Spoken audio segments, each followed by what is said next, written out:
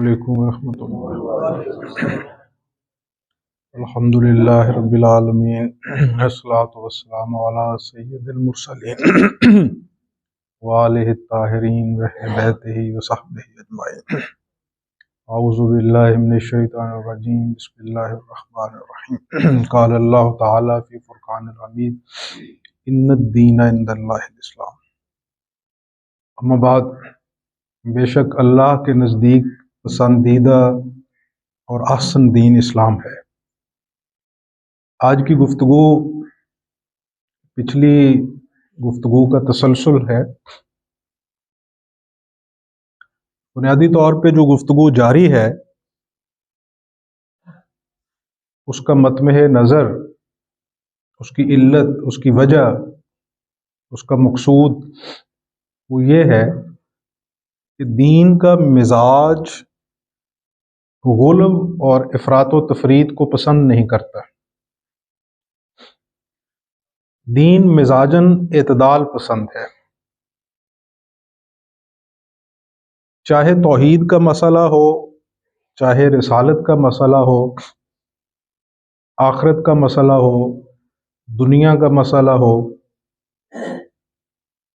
عقائد کے ساتھ ساتھ چاہے اعمال کا مسئلہ ہو، ہر مسئلہ کے اندر دین اعتدال کا مؤید ہے۔ معروف حدیث ہے جس کے کئی طرق ہیں، مفہوماً میں وہ آپ کے گوش گزار کرنے کا شرف حاصل کرتا ہوں۔ سرکار دو عالم صلی اللہ علیہ وسلم کی خدمت میں جب ایک شخص کا عمل خیرات کے معاملہ میں تجاوز کرتا ہوا پیش ہوا تو آپ نے ارشاد فرمایا کہ انسان کو نہ تو ایسا ہونا چاہیے، یعنی آپ نے کپڑے کو پکڑا اور کپڑے کو پکڑ کے اپنے سینے کے ساتھ لگایا، اور آپ نے فرمایا کہ نہ تو انسان اس طرح ہو کہ ہاتھوں کو سینے پہ باندھ لے، اور نہ ایسا ہو کہ آپ نے اس کپڑے کو، اس جولی کو نیچے کر دیا، اور آپ نے فرمایا کہ نہ انسان ایسا ہو۔ مراد یہ ہے کہ نہ تو آپ اتنے کنجوس ہو جائیں کہ آپ تجاوز کریں، اور نہ آپ کا ہاتھ اتنا کھلا ہو جائے کہ آپ اپنے بچوں کے اور جو اپنے فرائض ہیں ان کو بھی پس پشت ڈال دیں اور ان سے بھی چشم پوشی کا اظہار کریں۔ نتیجہ یہ نکلتا ہے کہ دین کسی بھی چیز میں اعتدال کا مؤید ہے، چاہے وہ طرز عمل ہو، چاہے وہ طرز فکر ہو۔ ہم نے پچھلی نشستوں میں یہ جائزہ لیا تھا کہ علم کے حصول کے جو سورس ہوتے ہیں، جن کو میں نے دو اصطلاحات آپ کے گوش گزار کرتے ہوئے عرض کیا تھا کہ ایک کو پرائمری سورس کہتے ہیں اور ایک کو سیکنڈری سورس کہتے ہیں۔ کوئی بھی واقعہ ہو، اس کے لیے ہمارے پاس فرسٹ سورسز ہونے چاہیے، فرسٹ سورسز ہونے چاہیے۔ پھر ہم کہتے ہیں کہ یہ واقعہ ہمارے تک مستند یا اوتھینٹک ذرائع سے پہنچا ہے۔ دین کا فرسٹ سورس کیا ہے؟ ہم سادگی کے ساتھ یہ کہہ تو دیتے ہیں کہ دین کا فرسٹ سورس جو ہے وہ قرآن اور حدیث ہے، قرآن اور سنت ہے۔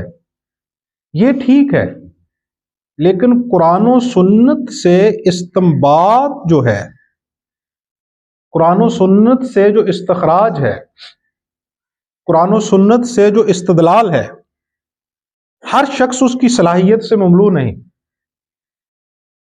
پھر اس کے درمیان میں ایک اور ذریعہ آئے گا، وہ فرسٹ سورس نہ رہا۔ پھر وہ جو درمیان میں ذریعہ آئے گا، اس کے حوالہ سے فقیر نے یہ عرض کیا تھا کہ اس کا مستند ہونا ضروری ہے اور اشد ترین ضروری ہے۔ اور میرے نزدیک دین کو سمجھنے کا جو فرسٹ سورس ہے، اوتھینٹک سورس ہے، وہ صحابہ ہے۔ کیونکہ نبی اکرم صلی اللہ علیہ وسلم کا جو اولین مخاطب طبقہ ہے وہ صحابہ ہیں، اہل البیت ہیں۔ اب جو دین کی تفہیم انہیں سمجھ نہ آئی ہو، جو صحابہ یا متقدمین کا دین کے بارے میں منہج نہ ہو، اس کو ہم دین تسلیم نہیں کرتے۔ پھر وہ دین کی تفہیم، دین کی تفسیر یا دین کی تعویل، چاہے وہ صوفیاء کے ذریعہ سے آئے، چاہے علماء ظاہر کے ذریعہ سے آئے، ہم ان دونوں ذرائع کو جب تک کہ وہ نبی مکرم صلی اللہ علیہ وسلم اور صحابہ کے منہج کے ساتھ متصل نہیں ہوتے، ہم ان دونوں کو ہی قبول نہیں کرتے۔ پچھلی دفعہ میں نے یہ عرض کیا تھا کہ صوفی کا ہر عمل، چاہے وہ غلط کیوں نہ ہو، ہم اس کو صحیح نہیں مانتے، اور مولوی کا طرز عمل جو ہے وہ صحیح کیوں نہ ہو، صوفیاء کی طرفداری کرنے والے اسے صحیح تسلیم نہیں کرتے۔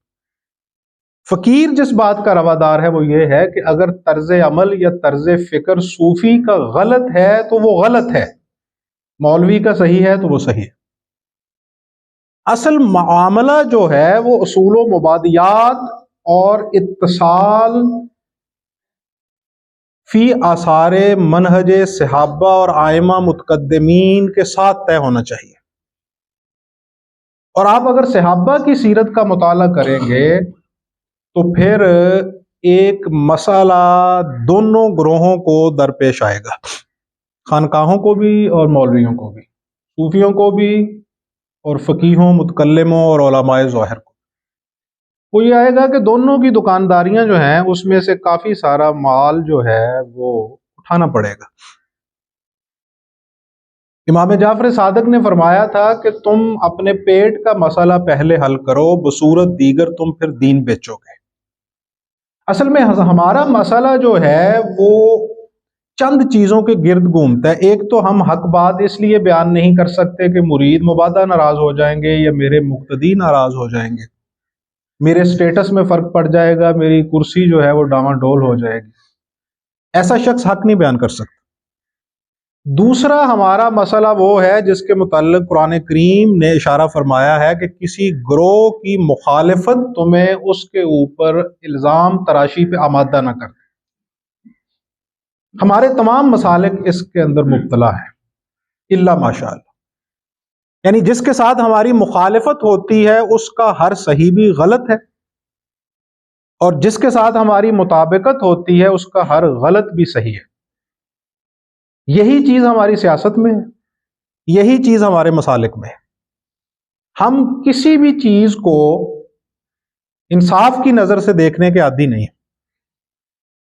ہم اس بات کو پسے پشت ڈال دیتے ہیں کہ حق دوسری طرف بھی موجود ہو سکتا ہے، ہونے کا امکان ہے۔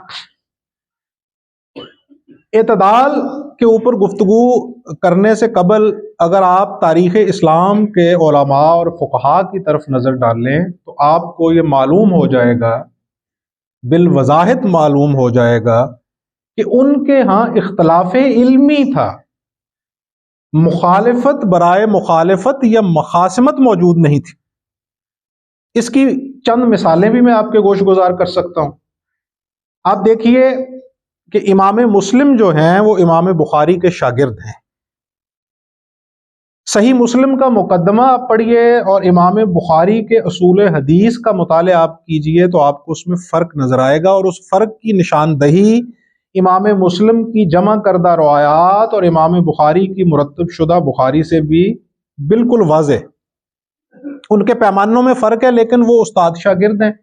اختلاف علمی موجود ہے، اختلاف میں برکت ہے، اختلاف میں رحمت ہے۔ مخالفت جو ہے اس میں شرارت ہے، مخاصمت جو ہے وہ ممنوع ہے۔ اختلاف علمی جو ہے وہ صوفیاء میں بھی موجود ہے۔ یہ جو عام طور پہ ہمارے ہاں تاثر دیا جاتا ہے کہ علماء ظاہر میں مخالفت ہے، علماء ظاہر میں اختلاف رائے ہے تو صوفیاء میں نہیں، ایسا نہیں ہے۔ صوفیاء کے اندر اختلاف علمی عقائد میں موجود ہے، فکر میں موجود ہے، طرز استدلال میں موجود ہے، لیکن انداز دیکھیے۔ حضرات چشت کے ہاں بعض صوفیاء سماع بالمزامیر کے قائل ہیں۔ یہی بات جب خواجہ بہاؤالدین نقشبند علیہ رحمہ سے پوچھی گئی تو انہوں نے فرمایا کہ نہ انکار می کنم نہ انکار می کنم، نہ میں اس کا اقرار کرتا ہوں اور نہ اس کا انکار کرتا ہوں۔ اسی طرح شیخ احمد سرہندی علیہ رحمہ مکتوبات میں شیخ الاکبر محی الدین ابن عربی علیہ رحمہ کے اوپر تبصرہ کرتے ہوئے لکھتے ہیں کہ فقیر کو ان کے نقطہ نظر سے اختلاف ہے، لیکن اس کے باوجود فقیر ان کو مقبول بارگاہ الہی تصور کرتے ہیں کہ وہ اللہ کے نیک بندے۔ علماء کا جو اختلاف ہوتا ہے وہ اسی طرح کا ادب کے دائرہ میں ہوتا ہے، اس میں بے شمار مثالیں دی جا سکتی، حتیٰ کہ جو علماء ظاہر میں جید علماء بھی ہوتے ہیں یا جید علماء بھی ہوئے ہیں، ان کی بھی آپ کتب کا مطالعہ کریں تو آپ کو ان کے اندر اختلاف ہونے کے باوجود ایک ادب اور احترام کا رشتہ بھی نظر آئے گا۔ آپ دیکھیے اشرف علی صاحب تھانوی دیوبند کے سرخیل، ان کی کتابیں ہیں التنبیہ والتربیہ، خصوص الکلم فی حل فصوص الحکم۔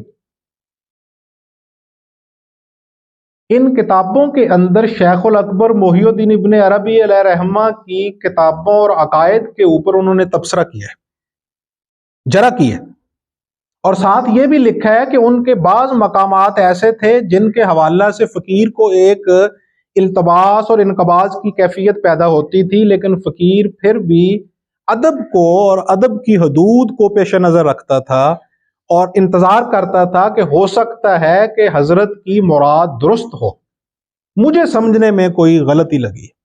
یہ ہوتی بڑے لوگوں کی بات، اختلاف بھی ہے اور پھر بھی کہتے ہیں کہ مجھے اس میں انقباض ہونے کے باوجود میں انتظار کرتا تھا کہ ہو سکتا ہے کہ حضرت کی مراد بالکل درست ہو اور مجھے سمجھنے میں غلطی لگی ہو۔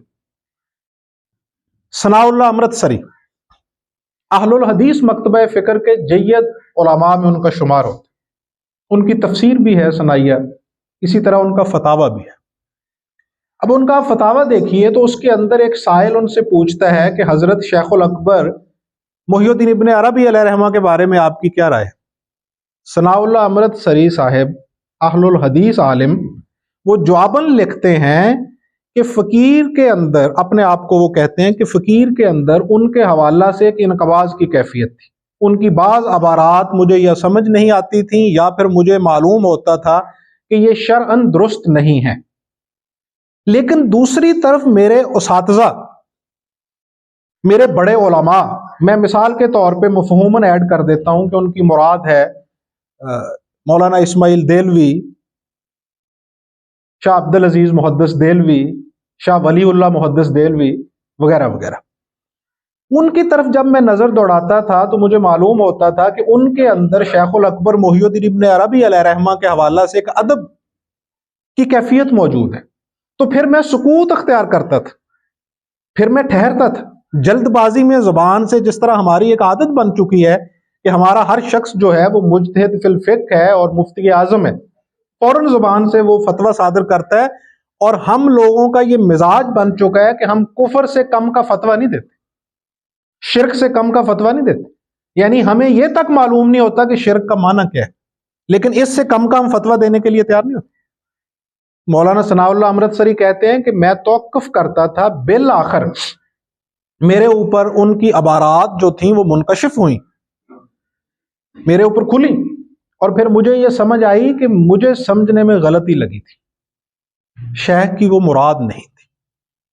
اچھا فرض کریں کہ کسی صوفی یا عالم کا کوئی قول آپ کی رائے سے متصادم بھی ہو، تو اس بنیاد پہ آپ کفر اور شرک کا فتویٰ کس طرح صادر کر سکتے؟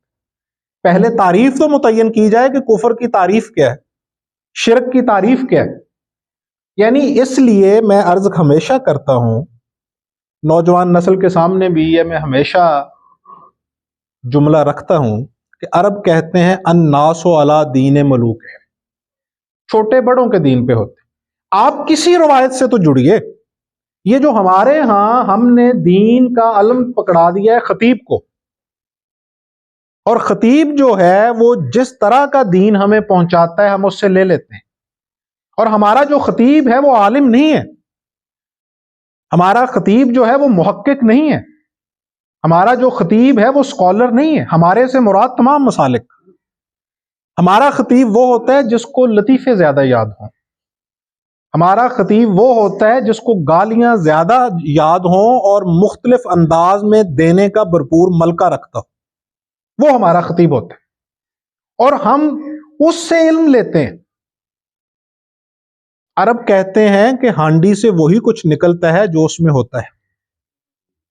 اب جس کا مقصود، جس کا مطمح نظر بقول امام جعفر صادق کہ تم اپنے پیٹ کا مسئلہ حل کرو، اگر تم نے اپنے پیٹ کا مسئلہ حل نہ کیا تو پھر تم دین بیچو گے۔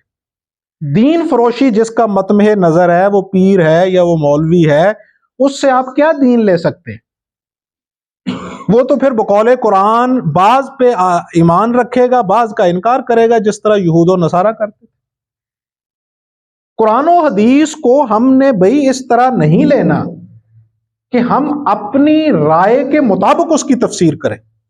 قرآن کہتا ہے ادخلوا فی السلم، دین میں پورے کے پورے سرنڈر کر جاؤ، دین میں پورے کے پورے داخل ہو جاؤ۔ دین جو نیریٹو دیتا ہے، دین جو بیانیہ دیتا ہے، اس کو ہم نے لینا ہے خالی و ذہن ہو کے، نہ کہ اپنی رائے ٹھونسنی ہے۔ مثلا ہمارا دیکھیے، اقبال نے بہت خوبصورت بات کہی ہے، اقبال کی فارسی ربائی ہے، میں مفہوم ہی اس کا عرض کر دیتا ہوں۔ اقبال کہتے ہیں کہ ہمارے ملا اور صوفی کو قرآن کی کخ سمجھ نہیں آئی۔ یہ ملا اور صوفی کی بات جو اقبال کرتے ہیں نا ملا کے، یہ اس لیے کرتے ہیں کہ پھر ہمیں طرفدار نہ قرار دے دیا جائے۔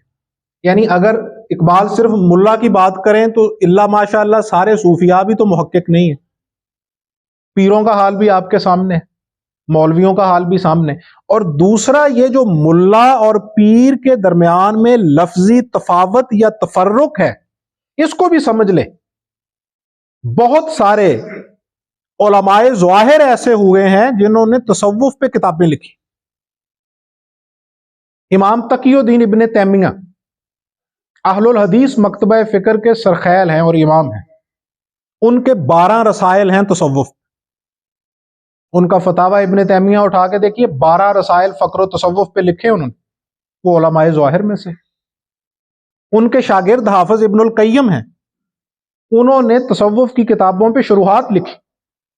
اور لفظ ملا، اس سے بھی ایک اباحت سی پیدا ہو گئی ہے خانقاہی نظام میں کہ لفظ ملا جو ہے یہ شاید کوئی بہت ہی متنازع یا کم ظرفی کا علم بردار لفظ ہے، حالانکہ میں 2 نام آپ کے سامنے ایسے لیتا ہوں جو صوفی ہی نہیں صوفیاء کے سرخیل ہیں، اور آپ جا بجا ان کا ذکر کرتے ہیں۔ ایک تو مولانا روم ہے، مولوی ہرگز نہ شد مولا روم، تا غلام شمس تبریزی نہ شد۔ رومی فرماتے ہیں کہ میں مولا روم نہیں ہو سکا۔ دیکھیں یہ مولوی ہیں یہ بھی، اور آپ کو معلوم ہونا چاہیے کہ مولانا روم جو تھے وہ مفتی اعظم بھی تھے، اور انہوں نے اپنے شاگردوں سے، اپنے تلامذہ سے کہا تھا کہ میں اگر بیماری کی حالت میں بھی ہوں، نکاحت کی کیفیت میں بھی مبتلا ہوں، اور کوئی شخص مجھ سے استفسار کرنے آئے یا دین سیکھنے آئے تو اس کو دروازے سے خالی واپس نہ لوٹانا، مجھے اٹھا دینا، کیونکہ امام حسن فرماتے ہیں کہ تجھ سے لوگوں کی امیدوں کا وابستہ ہونا یہ تیرے اوپر اللہ کا سب سے بڑا احسان ہے، کہ لوگ تجھ سے اپنی امیدیں وابستہ رکھتے۔ وہ مفتی اعظم تھے مولانا روم، وہ بھی مولوی تھے، اور ملا جامی یہ بھی صوفیاء کے سرخیل ہیں، مولانا عبد الرحمن جامی، جن کا شعر صوفیاء کے ہاں حد تواتر تک پہنچا ہوا ہے۔ ہر مرتبہ از وجود حکم دارد، گر فرق مراتب نہ کونی زندگی کی، یہ مولانا عبد الرحمن جامی کا شعر ہے۔ ان کی کئی کتابیں تصوف و سلوک کے ہاں، یعنی اس روایت کے ہاں درسیات کا درجہ رکھتی۔ تاریخ پہ انہوں نے کتاب لکھی، انہوں نے سیرت النبی صلی اللہ علیہ وسلم پہ کتابیں لکھی، انہیں آپ ملا جامی کہتے، وہ بھی مولوی ہیں۔ شاہ ولی اللہ محدث دہلوی وہ بھی مولوی ہیں۔ تو اس لیے یہ مولوی اور صوفی کی تفریق نہیں ہے، بلکہ پچھلی گفتگو میں امام مالک علیہ رحمہ کا میں نے قول آپ کے سامنے رکھا تھا کہ وہ فرماتے ہیں جس نے علم شریعت، علم فقہ حاصل کیا اور علم تصوف حاصل نہ کیا وہ جاہل ہے، اور جس نے علم تصوف حاصل کیا اور علم فقہ سے لابلد رہا وہ زندیق ہے، جس نے دونوں کو اکٹھا کیا وہ عارف ہے۔ یہ بڑے بڑے جو اکابر صوفیاں ہیں، یہ اکابر علم ظاہر اور علم باطن دونوں کی وجہ سے بنے۔ یہ محقق فی الفقہ بھی ہیں، فی التصوف بھی ہیں، تفریق نہیں ہے۔ اور ویسے بھی سرے دست یہ سمجھ لیجئے کہ شریعت اور طریقت یہ دو مختلف چیزیں نہیں ہیں۔ الشریعت اقوالی والطریقت افعالی والحقیقت احوالی والمعرفت سری۔ سرکار دو عالم صلی اللہ علیہ وسلم کا قول شریعت ہے، آپ کا فعل طریقت ہے، آپ کا حال حقیقت ہے، اور آپ کا اسرار اور حکمت جو ہے وہ معرفت ہے۔ اس میں کوئی فرق نہیں ہے۔ جو کچھ آپ نے فرما دیا اس کے اوپر عمل کرنا شریعت ہے، لیکن انما الاعمال بالنیات، اعمال کا دار و مدار نیت پہ ہے۔ اس عمل کے اندر اخلاص پیدا کرنا، للہیت پیدا کرنا، تقوی پیدا کرنا، یہ تصوف فقط۔ اگر کسی صوفی کا تصوف صرف اتنا ہے کہ شریعت کے اندر حسن نیت کو وہ تصوف سمجھتا ہے، شریعت کے اندر اخلاص فی العمل کو وہ تصوف سمجھتا ہے، تو فابہا، بصورت دیگر ہم اس کے تصوف کو بھی اسی طرح دیوار پہ ماریں گے جس طرح مولوی کے افکار کو مارتے ہیں۔ ہمارے نزدیک وہ بھی سکہ نہیں، وہ بھی سکہ نہیں، کیونکہ بقول امام مالک انہوں نے نبی مکرم صلی اللہ علیہ وسلم کی قبر اطہر کی طرف اشارہ کرتے ہوئے کہا تھا کہ فقط یہ قبر والا ہے جس سے اختلاف نہیں ہو سکتا، فقط یہ وہ ذات ہے جس کی طرف آنے والا راستہ صراط مستقیم ہے اور سیدھا ہے، جس میں کوئی الجھاؤ نہیں، جس کے ساتھ اختلاف تو دور کی بات، شک یا گمان بھی آپ کو دائرہ دین سے باہر نکال دے۔ وَمَن یُطِعِ الرَّسُولَ فَقَدْ اطاع، جس نے رسول کی اطاعت کی اس نے بے شک اللہ کی اطاعت کی۔ دونوں میں کوئی تفرق نہیں، کوئی تفاوت۔ تو اس لیے یہ ملا اور صوفی کی بحث نہیں، اصول کی بحث ہے۔ تو وہ کہتے ہیں ملا اور صوفی کو قرآن نہیں سمجھ آیا۔ آگے پھر استفہام پیدا کرتے ہوئے کہتے ہیں کہ سمجھ کتنا آیا؟ سمجھ اتنا آیا کہ اگر کوئی نام مر رہا ہوئے تو وہ دیتے سورہ یاسین پڑھ کے پھونک دے وہ مر جاتا ہے۔ یہ قرآن کے ساتھ کھلواڑ ہے۔ میری مراد یہ نہیں ہے کہ قرآن شفا نہیں ہے، قرآن کتاب ہدایت ہے۔ یہ آپ اولیاء کے پاس جاتے ہیں تعویذوں کے لیے، دموں کے لیے، جائز ہے، شرعی دم کروانا جائز ہے۔ یہ جو کاروباری پیر ہیں ان کے پاس تو جانا ہی نہیں چاہیے، لیکن اہل اللہ کے پاس جانے کے بعد اگر وہ دم کریں قرآن و حدیث پہ مبنی تو وہ مباح ہے۔ دعا کروانا کسی بزرگ سے، اللہ والے سے، یہ بھی مستحسن ہے۔ تعویذ میں اختلاف ہے، لیکن بہرحال علماء کے نزدیک اگر وہ قرآن و حدیث پہ مبنی ہے تو وہ بھی مباح ہے، لیکن مستحسن نہیں ہے۔ تعویذ مباح ہے یعنی جائز ہے، دم مستحسن ہے۔ دعا جو ہے اس کی تو ترغیب دی گئی ہے کہ آپ اولیاء سے دعا کروائیں، لیکن اولیاء کا منصب تو یہ نہیں ہے۔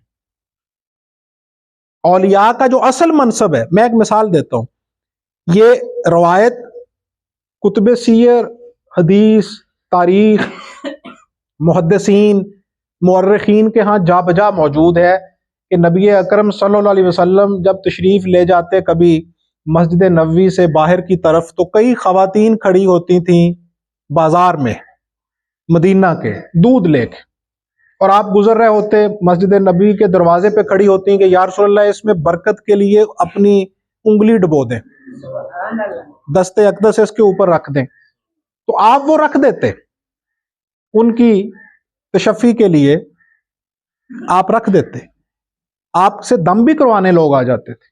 لیکن منصب نبوت کا اعلیٰ اولا اور اولا جو منصب ہے اور اس کا تقاضا ہے وہ یہ نہیں ہے۔ وہ قرآن نے بیان کیا ہے کہ یہ رسول وہ ہے جو اللہ کی کتاب، اللہ کی آیات تمہارے اوپر تلاوت کرتا ہے اور تمہارا تزکیہ کرتا ہے اور تمہارا تصفیہ کرتا ہے، یزکیہم۔ یہ ہے منصب نبوت۔ تو منصب ولایت جو ہے، رسول اللہ صلی اللہ علیہ وسلم نے فرمایا کہ میری امت کے علماء انبیاء بنی اسرائیل کی مانند ہے۔ بنی اسرائیل کے انبیاء کی مثال دی ہے آپ نے۔ دراصل نبی اکرم صلی اللہ علیہ وسلم پہ ختم نبوت ہونے کے بعد جو راسخون فی العلم ہیں، فاسألوا اہل الذکر ہیں، ان کی طرف رجوع کے لیے قرآن حکم دیتا ہے۔ ان کا منصب یہ ہے، تو قرآن کا بھی یہ منصب ہے۔ ہمیں اس وقت تک ہم ہدایت یافتہ نہیں ہو سکتے جب تک ہم اپنے اس منہج کی طرف نہیں لوٹتے۔ کلو شیء یرجع الی اصلہ، ہر چیز اپنی اصل کی طرف لوٹتی۔ جنید بغدادی علیہ رحمہ سے کسی نے پوچھا تھا کہ نہایت کیا ہے؟ آپ نے فرمایا ابتدا کی طرف لوٹ جا۔ منطق کے اعتبار سے آپ نے یہ جواب دیا۔ آپ بھی اگر نہایت چاہتے ہیں، میں ہمیشہ یہ کہتا ہوں کہ سائنس میں ترقی چاہتے ہیں تو آگے بڑھیے، دین میں ترقی چاہتے ہو تو پیچھے پلٹیے۔ سائنس کی ترقی آگے بڑھنے میں ہے، دین سمجھنے کے لیے پیچھے پلٹنا پڑے گا۔ جتنا آپ پیچھے پلٹتے جائیں گے اتنا آپ کو دین سمجھ آتا جائے گا۔ ہمارے خطیب نے ہر چیز میں تجاوز کیا ہے۔ حقوق العباد کی اگر بات کریں تو ماں کے حقوق بیان کرتا ہے تو محسوس ہوتا ہے کہ باپ کی کوئی حیثیت ہی نہیں، اور ماں کی شان میں تجاوز، اس درجہ تجاوز ہمارے خطیبوں نے۔ قرآن کا مطالعہ کیجئے، شاعروں کے متعلق قرآن یہ کہتا ہے کہ ان میں بھی ہیں کچھ اللہ کو یاد کرنے والے، لیکن کثرت کے متعلق قرآن کہتا ہے کہ یہ شاعر وہ ہے جو وادیوں میں منہ مارتے پھرتے ہیں۔ کیا ترکیب بیان کی ہے قرآن نے؟ جس طرح بکری منہ مارتی پھرتی، اسے پتہ ہی نہیں ہوتا کہ یہ میرے مالک کی فصل ہے یا کسی دوسرے کی فصل ہے۔ یہی شاعر کا عالم ہوتا ہے، اسے معلوم ہی نہیں ہوتا کہ میں نے کیا کہنا ہے۔ جو زبان میں آتا ہے، جو منہ میں آتا ہے کہے جاتا ہے، نہ کوئی فرق مراتب ہے، نہ کوئی شریعت کی حدود کا علم ہے۔ اور ہم نے خطیبوں کو اور شاعروں کو سٹیج دے دی ہے، جو آئے وہ کہتے جائیں۔ دین تو توحید کے معاملے میں بھی حد اعتدال کو کراس کرنا منع قرار دیتا ہے، ورنہ پھر اللہ کا ابلیس سے کیا اختلاف تھا؟ اگر یہ ہمارے ہاں جو ایک خطیبوں نے چلتا ہوا جملہ کہا ہوا ہے کہ رسول اللہ صلی اللہ علیہ وسلم کی شان میں تو آپ کو احتیاط کرنا پڑے گی بھائی، کہ اس کے ڈانڈے توحید سے نہ ملے، لیکن اللہ کی شان میں توحید میں آپ جو بھی کہہ دیں وہ قبول ہے۔ یہ قرآن کا مزاج تو نہیں ہے۔ اگر اللہ کے لیے جو بھی کہنا جائز ہوتا اور توحید کے باب میں آپ جو بھی کہہ سکتے، تو پھر قرآن ابلیس کو کیوں کہتا ہے وَاسْتَكْبَرَ وَكَانَ مِنَ الْكَافِرِينَ؟ اس نے تکبر کیا اور وہ کافروں سے ہو گئے۔ اور بھائی اس نے تو عین توحید بیان کی تھی مبالغہ کرتے ہوئے۔ اللہ نے کہا انی جاعل فی الارض خلیفہ، میں زمین میں اپنا نائب بنانے والا ہوں، وانفخت فیہ من روحی، اس میں جب اپنی روح پھونک دوں تو تم سجدے میں گر جانا۔ ابلیس نے کہا بھائی میں تو نہیں کروں گا سجدہ، میں مفہوم ان قرآنی آیات اور احادیث کا آپ کے سامنے رکھ رہا ہوں۔ ابلیس نے کہا کہ میں اس کو سجدہ نہیں کروں گا۔ اب اس نے جو نہ سجدہ کرنے کی وجوہات بیان کی ہیں وہ دو ہیں۔ ان میں سے ایک وجہ یہ ہے کہ تیرے علاوہ میں کسی کو سجدہ نہیں کرتا، یہ چونکہ تیرا غیر ہے اس لیے میں اس کو سجدہ نہیں کرتا۔ اور دوسری وجہ یہ ہے، امام فخر الدین رازی علیہ رحمہ نے تفسیر کبیر میں اس کے اوپر پورا باب باندھا ہے، کہ دوسری وجہ اس نے یہ علت بیان کی کہ میں آگ سے ہوں، یہ مٹی سے، اور آگ مٹی سے افضل ہے۔ حالانکہ یہ اس کی دلیل بودھی تھی اور غلط تھی۔ فی الحال میرا یہ موضوع بحث نہیں، اس پہ پھر کبھی بات کریں گے کہ مٹی افضل ہے یا آگ افضل، آگ سے مٹی پیدا ہوئی ہے یا مٹی سے آگ پیدا ہوتی ہے، یہ تو بچہ بھی سمجھ سکتا۔ لیکن پہلی جو دلیل دی ہے ابلیس نے وہ غلف توحید ہے۔ اللہ کو تو خوش ہو جانا چاہیے تھا کہ بڑا اللہ والا ہے، اور یہی وجہ ہے کہ بعض رند مشرب صوفیاء جو ہیں، یا رند مشرب جو جہلا ہیں، احمق ہیں، انہوں نے یہ کہا ہے کہ ہمارا استاد تو ابلیس ہے، اور ابلیس اس لیے استاد ہے کہ ابلیس غیر اللہ کو ماننے کے لیے تیار ہی نہیں، وہ غیر اللہ کی عبادت کرنے کے لیے تیار نہیں، وہ کہتا ہے کہ میں صرف اللہ کی عبادت کرتا ہوں۔ اب حالانکہ اس میں حماقت یہ اس نے کی ہے کہ اللہ کی ذات تو اس کو نظر آئی، اللہ کی عبادت بھی نظر آئی، لیکن اللہ کا حکم کیوں نظر نہیں آیا؟ اس کو غیر اللہ تو نظر آیا، لیکن اس غیر اللہ کے اندر جو جمال الہی کا پرتو تھا، وَنَفَخْتُ فِيهِ مِن روحی، وہ کیوں نظر نہیں آیا؟ کیا ہماری بھی توحید اسی طرح کی تو نہیں ہوتی جا رہی کہ ہم رسول اللہ صلی اللہ علیہ وسلم ہوں یا انبیاء ہوں یا اولیاء ہوں، ان کو جو اللہ نے تصرفات کی قوت عطا فرمائی ہے اس کا انکار کر کے ہماری توحید کہیں ابلیس جیسی تو نہیں ہو گئی؟ میں بارہا یہ عرض کرتا ہوں کہ کوئی ولی ہو یا نبی ہو، اس کی قوتوں کو، اس کی طاقتوں کو، اس کے تصرفات کو ذاتی تسلیم کرنا، مطلق تسلیم کرنا، قدیم تسلیم کرنا، یہ شرک ہے، اور متفقون علیہ شرک ہے، اس پہ ہمارا سب کا اتفاق ہے۔ لیکن اس عطا کا انکار کرنا بھی کفر ہے احباب گرامی۔ یہی فرق ہے شرک اور کفر میں۔ کافر اور مشرک کی تعریف کیا ہے پہلے یہ متعین کیجیے۔ مشرک اسے کہتے ہیں جو کسی تعین میں، یہ تھوڑی سی مشکل ہو جائے گی گفتگو علم الکلام کی، لیکن کوشش کریں اسے سمجھنے کی۔ شرک کی یہ تعریف ہے کہ کسی تعین میں تصرف کی قوت کو فی ذات ہی قبول کرنا۔ اچھا، آپ کے لیے مسئلہ ہو جائے گا شرک کو اگر آپ حد اعتدال سے کراس کر لیں گے، توحید کو حد اعتدال سے کراس، ان الدین عند اللہ الاسلام، اس نہج کی طرف لوٹ آئیے، اعتدال کی طرف۔ آپ اگر اعتدال کو نہیں پکڑیں گے تو شرک سے بچیں گے تو کفر میں مبتلا ہو جائیں گے، کفر سے بچیں گے تو شرک میں مبتلا ہو جائیں گے۔ اس طرح تو آپ کہتے ہیں، آپ کو کوئی شخص کہتا ہے، آپ تھوڑی سی مثالوں سے بات کو سمجھیے۔ آپ کو کوئی شخص کہتا ہے کہ جی میرا سر بڑا درد کرتا ہے، میرا سر بڑا درد کرتا ہے، آپ کہتے ہو بادام کھا۔ اب بادام کیوں کھائے بھائی؟ بادام کے اندر یہ قوت ہے کہ اس کے کھانے سے سر درد میں افاقہ ہوگا، دماغی کمزوری کچھ بہتر ہو جائے گی، یاداشت آپ کی کچھ بہتر ہو جائے گی، خون کی روانی کچھ بہتر ہو جائے گی، وہ کہے گا اخروٹ کھا۔ اب اگر آپ تجاوز کر جائیں حد اعتدال کو تو آپ کے یہ جملے شرک نہیں ہو جائیں گے؟ شفا دینے والا کون ہے؟ بیمار کرنے والا کون ہے؟ ہم نے تجاوز کیا ہے احباب گرامی۔ ہم فوراً سے کہتے ہیں کسی شخص کے پاس جائیں گے، وہ کہے گا آپ کو نظر بد لگ گئی۔ یہ نظر بد کیا چیز ہوتی ہے؟ خیر ہی و شر ہی من اللہ تعالی۔ ایمانیات کے باب میں بچوں کو پڑھایا جاتا ہے، واللہ غالب علی، ہر چیز کے اوپر اس ذات کا امر غالب ہے۔ آج ذرا شرک کے اس پہلو کو سمجھیے کہ ہم تجاوز کر رہے ہیں حد اعتدال سے، دونوں گروہ، اس کا بھی میں ذکر کرتا ہوں ابھی۔ اس کائنات میں خیر کس کی طرف سے ہوتا ہے؟ اور جس کو ہم شر سمجھتے ہیں، اب یہ جملہ میں نے سوچ سمجھ کے استعمال کیا ہے، شان خداوندی کے تقاضے کو مد نظر رکھتے ہوئے، ورنہ یہاں یہ کہا جا سکتا تھا کہ شر کس کی طرف سے؟ میں نے کہا خیر کس کی طرف سے، آپ نے کہا اللہ کی طرف سے۔ پھر خاکسار نے پوچھا جس کو ہم شر سمجھتے ہیں یا ہمارے لیے جو شر ہے وہ کس کی طرف سے؟ اب جرت ہے کسی میں جو کہے کہ یہ اس کا خالق کوئی اور ہے؟ اس کائنات میں جو کچھ بھی ہے اس کے دو خالق ہیں، ایک ہے، یعنی ہم اہرمن اور یزداں کے قائل ہیں یا الہکم الہ واحد کے قائل ہیں؟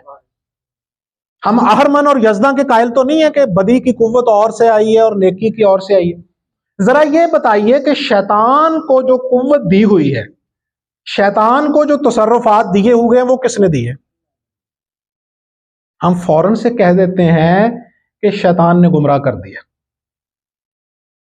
تو اگر اس جملے کو تھوڑا سا پلٹا کے ہم کہہ دیں کہ فلاں ولی کی نظر خیر کا یہ نتیجہ ہے، اس کے فیضان نظر کا یہ نتیجہ ہے، تو تب شرک کیوں ہو جاتا ہے؟ کیا ہم نظر بد کو نظر خیر سے بھی افضل اور اولا اور اولا سمجھتے ہیں؟ نظر بد لگنے کے ہم قائل ہیں، ہم کہتے ہیں نظر بد لگ گئی تو نظر خیر کیوں نہیں لگتی؟ اگر نظر بد کا اشارہ اور نظر بد جو ہے اس کو منسوب جو ہم کرتے ہیں، اس کا انتساب جو کرتے ہیں، وہ اس کے فاعل مجازی کی طرف ہو سکتا ہے، تو نظر خیر کا جو فاعل مجازی ہے اس کی طرف اشارہ کیوں نہیں ہو سکتا؟ ہے تو فاعل مجازی، فاعل حقیقی نہیں ہے۔ اس طرح تو آپ اشیاء کی قوتوں کا بھی انکار کر دیں گے۔ بھئی خشکی ہو گئی دیسی گھی کھاؤ، دماغ کمزور ہو گیا پنجیری بنا لو، اچھا جی مجھے فلاں بیماری لگ گئی فلاں ڈاکٹر کے پاس چلے جاؤ۔ اب کائنات میں جو کچھ بھی ہوتا ہے اس کا فاعل کون ہے؟ اب ہم بیان کرتے ہیں اللہ کے حکم کے بغیر ایک پتا بھی حرکت نہیں کر سکتا۔ ہن ذرا گل سنو، تہاڈی زمین دے وچ دو بوٹے سی ککر دے لگے ہوئے اور رات دے ٹائم کو پٹ کے لے گیا۔ اب شرک کا اگر یہی مان ہے تو کہیے اللہ نے حکم دیتا، اللہ نے پٹوائے تو فرشتے جڑے سی وہ اٹھا کے لے گئے۔ ہے کسی میں جرت؟ کیا کہیں گے آپ؟ تلاش کس کو کریں گے؟ اب جب آپ تلاش کر رہے ہیں تو وہاں فاعل کون ہے؟ یعنی ہم سے تو یہ پوچھا جاتا ہے کہ آپ جب کسی بزرگ یا نبی اکرم صلی اللہ علیہ وسلم کا تذکرہ کرتے ہیں تو اس میں آپ کے لفظ یہ جو ہیں یہ ثابت کر رہے ہیں کہ آپ شرک کی طرف چلیں گے۔ تو ہم کہتے ہیں کہ آپ جب ڈھونڈ رہے ہیں اس کے وہ درخت دے پٹن والے نوں تے تہاڈا طرز عمل بھی شرک کی طرف چلا، وہاں کہا جائے گا نہیں نہیں یہ معنی نہیں ہے۔ اب دیکھیے میں کہتا ہوں علی المرتضی، مولا علی المرتضی مشکل کشا، اب اگر تو میری مراد یہ ہے کہ علی مشکل کشائے مطلق ہیں تو یہ شرک ہے۔ مشکل کشائے مطلق سوائے اللہ کے کوئی نہیں۔ اگر میری مراد یہ ہے کہ علی مشکل کشائے قدیم ہے تو پھر بھی شرک ہے، وہ اللہ کے علاوہ کوئی نہیں۔ اگر میری مراد ہے کہ علی مشکل کشائے قدیم بھی ہیں مطلق بھی ہیں اور اس کے ساتھ ساتھ ذاتی بھی ہیں تو پھر بھی شرک ہے۔ لیکن یہ سوال یہاں پہ تو پیدا ہوتا ہے، اور جب ہم ابو بکر صدیق کہتے ہیں، عمر فاروق کہتے ہیں، عثمان غنی کہتے ہیں تو تب کیوں نہیں پیدا ہوتا؟ قرآن کہتا ہے اللہ غنی ہے باقی سب فقیر ہے، تو یہ عثمان غنی کیسے ہو گئے؟ وہاں کہا جائے گا مجاز اور حقیقت کا فرق سمجھیے، یہ غنی مجازی ہے، یہ غنی تقابل میں ہے، انسانوں کے اللہ کے ساتھ تقابل نہیں ہے۔ تو مشکل کشا میں تقابل اللہ سے کیسے ہو گیا؟ بھئی وہ صفت ہے جو اس شخص کی موجود ہے، جس طرح ہم کہتے ہیں کہ حاتم طائی بہت سخی تھے، تو ان معنوں میں اگر کہا جائے علی حجویری داتا تھے، وہ غریبوں کی مدد کرتے تھے، غریبوں کو کھانا کھلاتے تھے، تو یہ شرک کیسے ہو گیا؟ ان معنوں میں دیکھیے ابو بکر کو رضی اللہ تعالیٰ عنہ کو صدیق اکبر کہا جائے، اب اگر تعویل ہی کرنی ہو، تردید ہی کرنی ہو، اختلاف ہی کرنا ہو، اعتدال کو ہی کراس کرنا ہو، تو میں عرض کر سکتا ہوں کہ صدیق اکبر کی ترکیب جو ہے یہ شرک فی توحید بھی ہے، شرک فی رسالت بھی ہے۔ آپ مجھے بتائیے اپنے گریبانوں میں جھانک کے، اللہ سے بڑا کوئی صدیق ہے؟ تو ابو بکر رضی اللہ تعالیٰ عنہ کو آپ نے صدیق اکبر کیوں کہا؟ دوسرا سوال، نبی اکرم صلی اللہ علیہ وسلم سے بڑا عالم ممکنات میں کوئی صدیق اکبر ہے؟ تو آپ نے ابو بکر رضی اللہ تعالیٰ عنہ کو صدیق اکبر کیوں کہا؟ غوث العظم کہنا عبد القادر جیلانی کو اس ترکیب پہ فوراً شرک کا فتویٰ صادر ہوتا ہے۔ میں قبول کرتا ہوں کہ اگر کوئی غوث اعظم مطلق سمجھتا ہے، قدیم سمجھتا ہے، ذاتی سمجھتا ہے تو یقیناً مشرک ہے، لیکن جس طرح تعویل ادھر کی جاتی ہے، نعمان بن ثابت امام ابو حنیفہ کو امام اعظم کہا جاتا ہے، امام بخاری کو امام الحدیث کہا جاتا ہے، امام اعظم فی الحدیث کہا جاتا ہے۔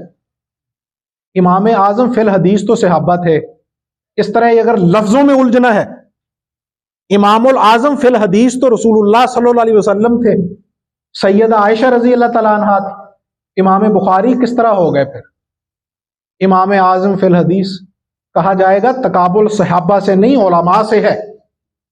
تو ہم بھی کہتے ہیں کہ وہاں مراد یہ نہیں ہے۔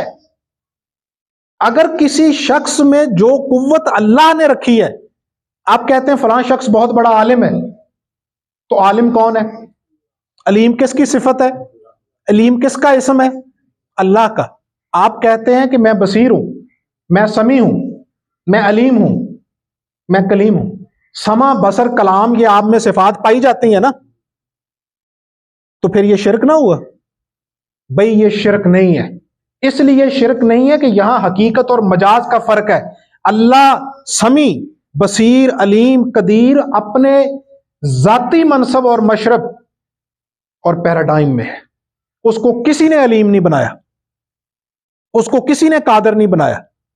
وہ ہر صفت میں قدیم ہے, ذاتی ہے اور مطلق ہے. ہم باشمول انبیاء کے اور سرکار دو عالم صلی اللہ علیہ وسلم کے کسی صفت میں قدیم نہیں, بلکہ میں اس پہ گفتگو کروں گا انشاءاللہ, اگلی گفتگو بھی اسی کا تسلسل ہوگا. میں کہتا ہوں خطیبوں نے یہ جہالت پیدا کی ہے, دونوں طبقات افراط و تفرید کا شکار ہو گئے. اگر کوئی شخص سمجھتا ہے کہ رسول اللہ صلی اللہ علیہ وسلم علم غیب رکھتے ہیں مطلقاً, وہ مشرک ہے.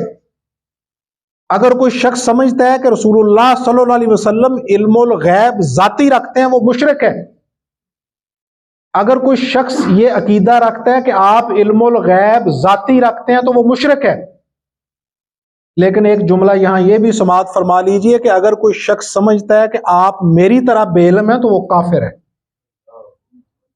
جو کفار مکہ تھے ان کا یہی فرق تھا کہ وہ آپ کو منصب نبوت پہ فائز بھی قبول نہیں کرتے تھے.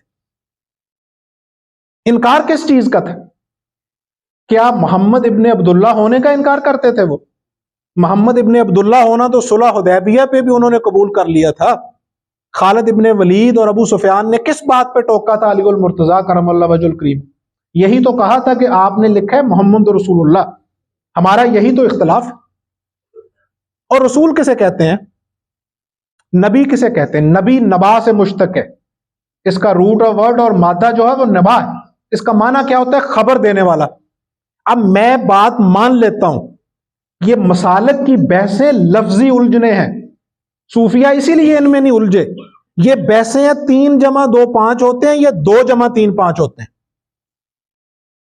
میں کہتا ہوں بریلوی مسلک, دیوبندی مسلک اور اہل الحدیث مسلک اگر یہ اپنے اصول اور علم العقائد کی کتابیں پڑھ لیں تو رسول اللہ کے علم غیب کے اوپر تینوں میں کوئی اختلاف نہیں. سنیے, اہل الحدیث کہتے ہیں کہ رسول کو بالکل علم نہیں ہوتا, اتنا علم ہوتا ہے جتنا اللہ دیتا ہے. دیوبندی کہتے ہیں کہ رسول اللہ کا علم غیب اللہ کی خبر پہ مبنی ہوتا ہے.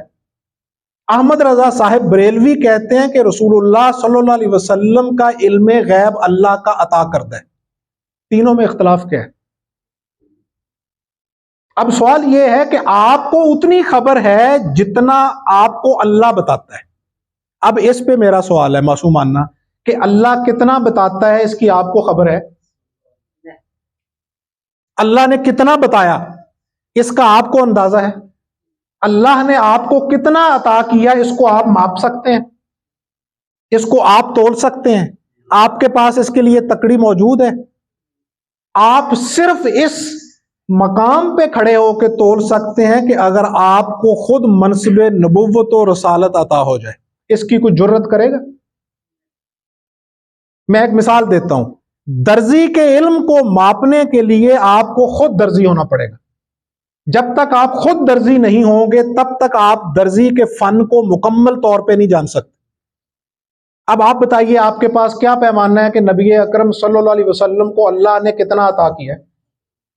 آپ تو اپنے زمانے کے کسی عالم کے علم کو نہیں پرکھ سکتے جو جید عالم ہے. وہاں پہ آپ کے پر جلنا شروع ہو جاتے ہیں, اور وہ مقام مصطفیٰ جہاں جبریل کے بھی پر جلتے اس کو تولتے ہیں آپ. امام بخاری نے اس روایت کو درج کیا ہے, سرکار دو عالم صلی اللہ علیہ وسلم فرماتے ہیں انما انا قاسم واللہ یوتی, وہ عطا کرنے والا ہے اور میں تقسیم کرنے والا. اللہ نے آپ کو کتنا عطا کیا آپ اس کو جان سکتے ہیں؟ یہ خطیبوں کے تجاوزات ہیں, یہ خطیبوں کے افراط و تفریط ہیں. ورنہ اگر آپ اصولی علم العقائد کی طرف لوٹ جائیں, چاہے یہ علم غیب کا ہی معاملہ کیوں نہ ہو, اس میں کوئی اختلاف نہیں. کوئی جید عالم محقق عالم اس بات کا قائل نہیں ہے کہ دنیا کا کوئی تعین ہو, چاہے وہ سرکار دو عالم صلی اللہ علیہ وسلم کا ہو یا اولیاء اور انبیاء کا ہو, اس کو جو کچھ بھی عطا کیا ہے کوئی محقق اسے نہ ذاتی مانتا ہے, نہ قدیم مانتا ہے, اور نہ مطلق مانتا ہے. لیکن سوال یہ ہے کہ جو اس میں موجود ہے قوت, اس کا انکار کر کے بھی دراصل آپ اللہ کی عطا کا انکار تو نہیں کر رہے. اللہ کی عطا کا انکار کر کے اس کا ارتکاب تو نہیں کر رہے کفر کا. پھر آپ یہ بھی نہیں کہہ سکتے کہ بادام میں شفا ہے، پھر آپ یہ بھی نہیں کہہ سکتے کہ اس ڈاکٹر کے ہاتھ پہ شفا ہے، پھر آپ یہ بھی نہیں کہہ سکتے کہ فلاں شخص بہت بڑا عالم ہے. یہ آپ تب ہی کہیں گے جب آپ اللہ کی دی ہوئی عطا کو قبول کریں. اور اس میں جو آخری اعتراض کیا جاتا ہے کہ اس کی آپ نسبت وہاں نہ کریں.